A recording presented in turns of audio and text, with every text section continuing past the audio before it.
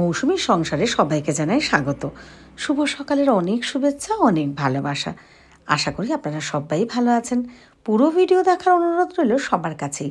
ভালো লাগলে একটা লাইক, একটা কমেন্ট আর একটা শেয়ার করে দেবেন। এটা কিন্তু আপনারা দেখছেন গতকালকে মানে বড়দিন বুধবারের ভিডিও। তো বড়দিন মানেই একটু তো স্পেশাল হতেই হয়। তো আজকে কিন্তু আপনাদের রীতিশা এসেছে, আর আসার পরে দুই ভাই বোন নিয়ে একটু আঁকা পড়া এসব করছে, আর আমি রান্নাবান্না করছি। মানে আজকে রীতিশা, ঋষি, আমি মানে আমরা পিকনিক করব। পিকনিক মানে কিন্তু হেভি কিছু নয়, একটু ডিম ভাত এই আর কি। তো রীতিশা একটু ছাদে এসে গেছে। আর জানেন তো আজকে রীতিশা কী করেছে? আমরা ঘরে ছিলাম, আমি রান্নাঘরে, ঋষি এই ঘরে, ও ছাদে উঠে গেছে একা একা। এবার আমি পায়ের আওয়াজ পেয়েছি, ঋষি চিল্লাচ্ছে, ওমা দিদিভাই ছাদে চলে গেছে।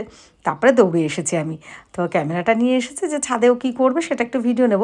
এবার দেখুন আপনাদের সাথে দেখাচ্ছে, যেমনি ভিডিও অন করেছে, দেখো আমার মায়ের কত ফুল গাছ, লঙ্কা গাছ, আবার এগুলো ফুল ফুটেছে। আর সত্যি সত্যি ফুল তো ফুটেওছে। ও দেখেও কিন্তু আনন্দ পেয়েছে, আর আমাকে বলছে, মা এত সুন্দর ফুল, কি ভালো, ওয়াও। এইবার দেখুন যেমনি দেখেছে প্লেনটা, অমনি ও প্লেনটাকে দেখাচ্ছে। আর দেখুন ওর ধারণা ও নাকি প্লেন দড়ি দিয়ে বেঁধে তারপরে নাকি একদিন প্লেন নামাবে ওর ছাদে। তো এটা কিন্তু সত্যি একটা অন্যরকম ব্যাপার। আর আপনারা জানেন তো রীতিশা একটা কিউট গার্ল, একদম সুন্দর একটা ছোট্ট বাচ্চা। আর এদের কিন্তু বয়স বাড়তে থাকলেও এদের কিন্তু মন থেকে সারা জীবনে ছোট থাকে, তাই আমাদের কাছেও ছোট থাকে। এইবার নিচে এসে আবার পড়াশোনা। মেয়ে কিন্তু অনেক ভালো, খুব ভালো সোনা মেয়ে। এই যে আমাদের পিকনিক রেডি, তো একটু চিপস দিয়েছি, ভাত, ডিমের ঝোল আর একটু ডাল। এবার একটা কথা বলি, ফেসবুকে একটা ভাই বলেছিল যে তুমি কিন্তু চিপস বেশি খেও না। না, একদমই আপনাদের রীতিশারা বাইরের ফাস্টফুড খুব কম খায়, কারণ আমি এই কথাটাই বলি, আমার বৌদি কিন্তু ঘরে রান্না করে দেয় সব।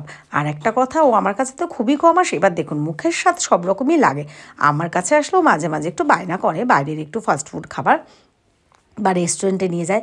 একটা দেখুন একটা কথা, ওর তো একটু বড় হচ্ছে, ওরও তো সব কিছু প্রয়োজন, তাই না?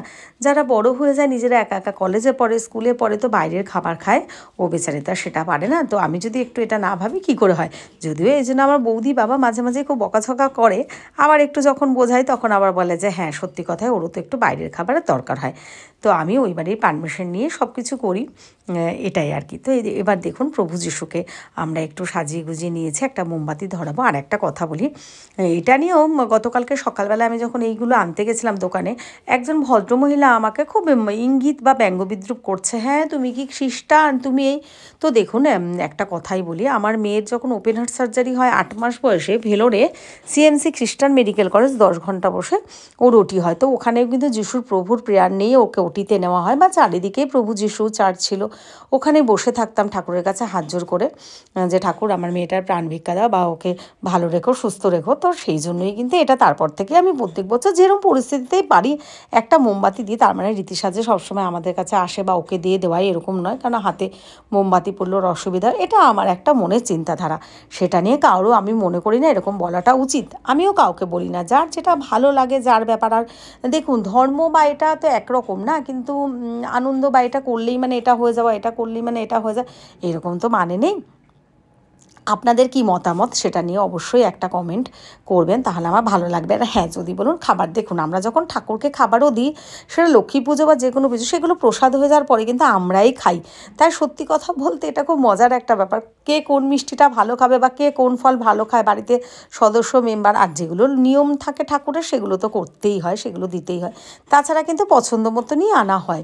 তো এইগুলোই আমরা যেহেতু এটা দিলাম ঠাকুরের কাছে, কেন স্নানটাও তো গিফট দেয়, যদিও আমি সেরকমভাবে করি না, এরই একটু দিলাম, ভালোও লাগে। পরে এইগুলো আমরা একটু মোমবাতিটা ধরে আমরা নিজেরাই একটু খাই, পাশাপাশি দুটো বাচ্চা থাকলে দিয়ে, আমি যেমন আমার দাদার ছেলে, ভাইয়ের ছেলে, ওদের জন্য একটু দিয়ে পাঠিয়েছি, এছাড়া আর কিছু নয়। কিন্তু দেখুন প্রভু যিশুকে আঁকার চেষ্টা করেছে, যদিও সেরকম একটা পারিনি। তো আমি কিন্তু সব ভালোগুলো শেয়ার করি, এমনটা নয়, ভালো মন্দ সব কিছুই আপনাদের সাথে শেয়ার করি। তো আপনাদের ভিডিওটা কেমন লাগলো একটু জানাবেন, ভালো লাগলে একটু লাইক কমেন্ট শেয়ার করে দেবেন। আমার ফেসবুক প্রোফাইল মৌসুমী বড়াল ঘোষ, যারা ফলো করেননি তারা ফলো করে পাশে থাকবেন। আর ইউটিউব চ্যানেল মৌসুমীর সংসার যারা এখনও সাবস্ক্রাইব করেননি সাবস্ক্রাইব করে দেবেন। রীতিশা আমরা কিন্তু খুব ভালো দিন কাটিয়েছি, অবশ্য ওর দাদুর কাছে ফিরে যাওয়ার কিন্তু এখন সময় হয়ে গেছে, তো একটু মাথাটা আঁচড়িয়ে দিচ্ছি।